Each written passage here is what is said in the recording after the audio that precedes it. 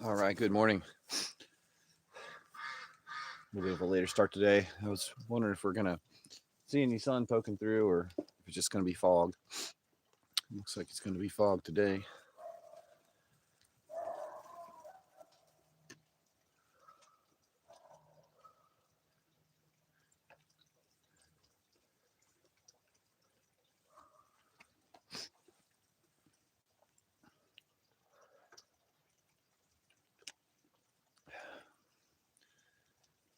We're pretty sure that some of the girls here are pregnant.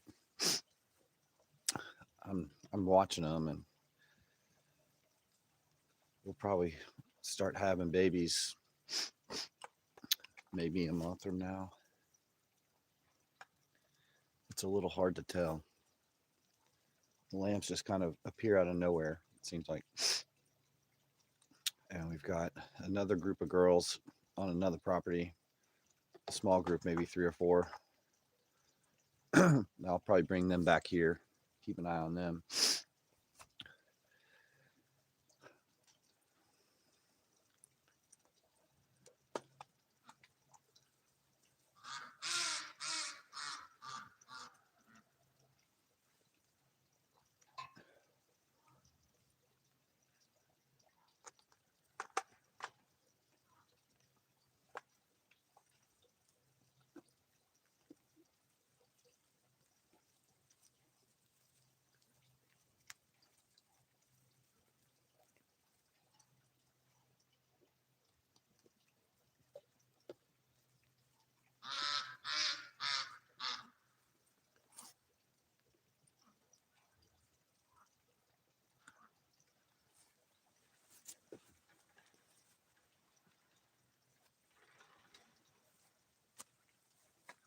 Hopefully the rain will hold off today and I can get some projects out here going. I got to put in a couple of gates.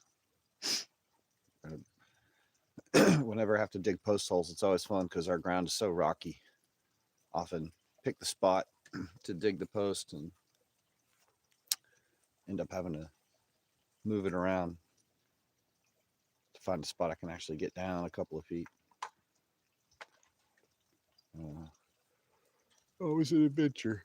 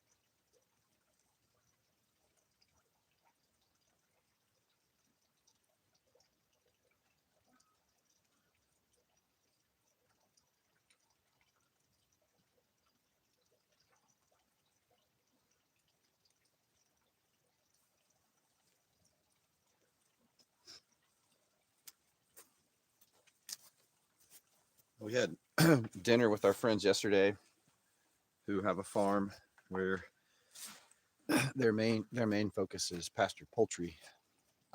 They're they're like an inspiration to me. They're what they've accomplished is really incredible. Um, they're they've got a bunch of new wholesale accounts now that they're selling to, and they're telling me that this coming up year 2026, they need to process at least 8,000 chickens. Like their business is going that much, and they're expanding their egg laying business too. So they started doing a lot of egg birds also on pasture. They have mobile eggmobile type trailers that the chickens can roost in at night, and there's laying boxes and stuff in there. So they have pasture poultry eggs and pastured poultry meat, um, and things are seem to be going really well for them. It's good. It's really cool to see it. We're probably gonna have a collaboration with them where we supply lamb as a complement to the other stuff that they sell. So I'm very excited about that.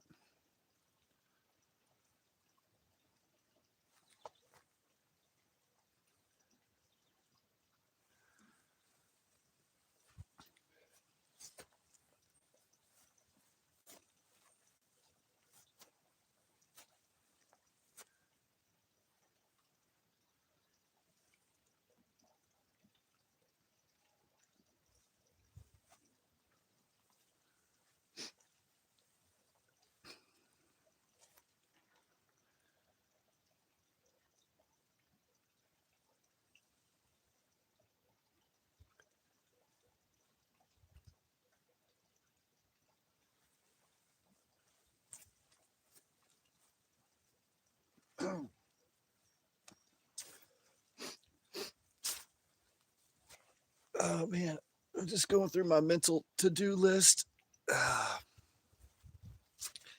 um, I've got a. So we had been doing pig silvopasture in the woods, but kind of the main purpose for the pigs was to clear the kind of overgrown areas so we could turn them into pasture. This place was all very neglected when we got it a few years ago. It was all grown over with thorns and all kinds of stuff, and there was trash everywhere, and it was just a mess. So first couple of years were a lot of just cleanup and clearing land and fixing stuff. Everything was just kind of a disaster. And we got the pigs to try to help graze and open up the overgrown areas and make it easier to get into the woods to cut firewood and stuff like that, and clear areas, root them up, and get them ready to become new sheep and goat pastures. And the pigs kind of did their job. And so we had our last pig processed um, about 10 days ago. And we have no more pigs now for the first time in 5 years. It's pretty exciting. The pig area is getting retrofitted into another sheep and goat nursery area. And so that means I'm kind of redoing the fencing, I'm redoing the structure that's down there, putting in some gates. And the idea is that everything here at our place will be paddocks that are fenced in with permanent fence and kind of easily connected. So it's the main thing we have to worry about typically is sorting animals into different groups for different purposes, for breeding, for nursery stuff, for mamas and babies. Um, if there's some animals we don't want to breed with other animals and that sort of thing. So we'll have all these kind of cells, and we can move animals all around wherever they need to go fairly easily.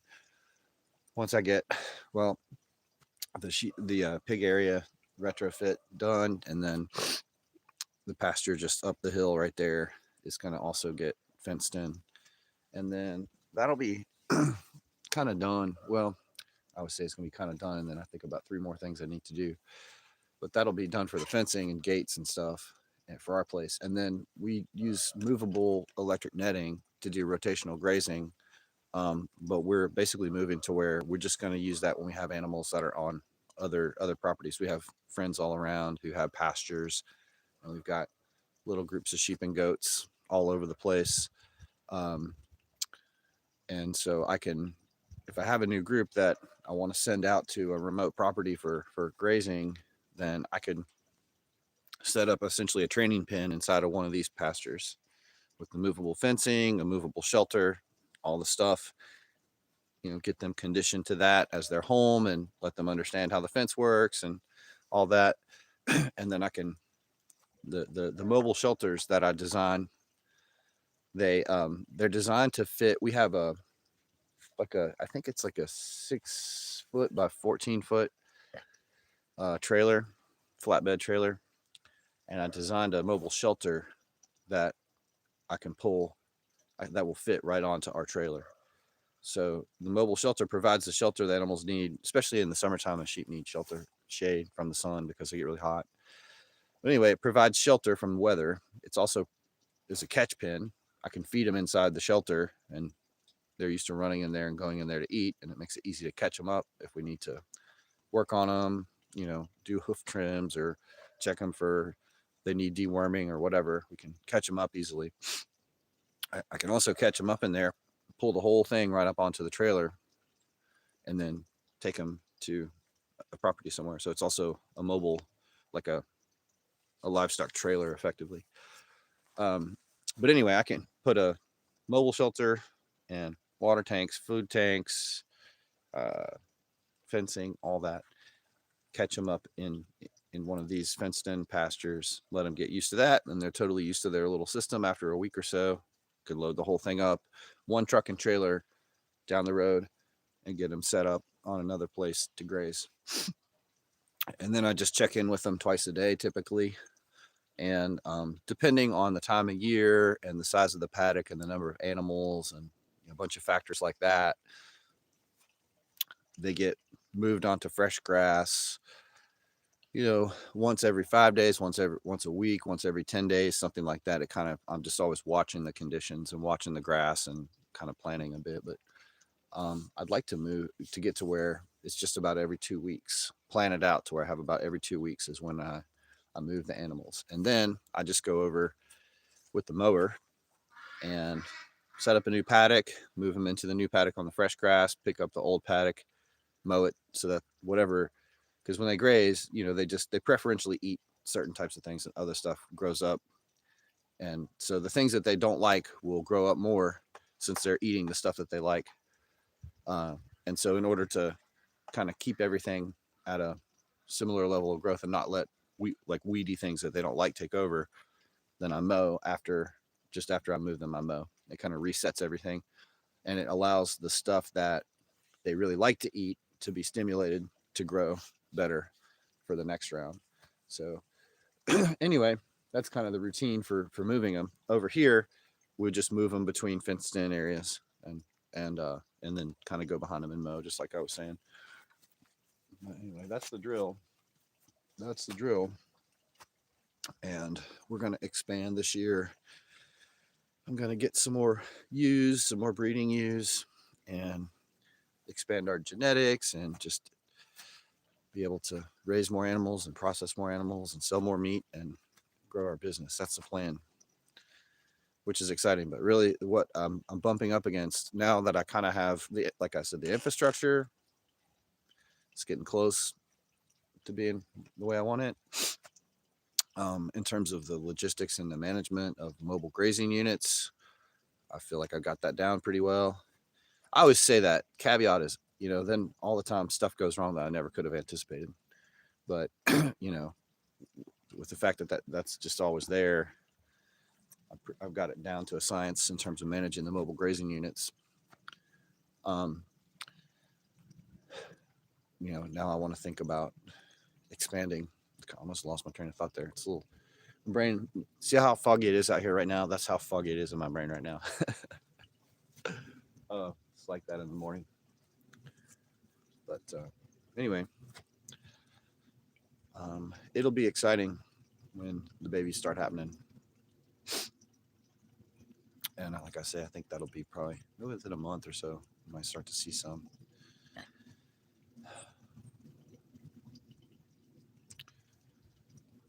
Well, I hope y'all have a blessed day. And probably maybe a lot of people are still kind of on vacation before New Year's, having family time. That's good.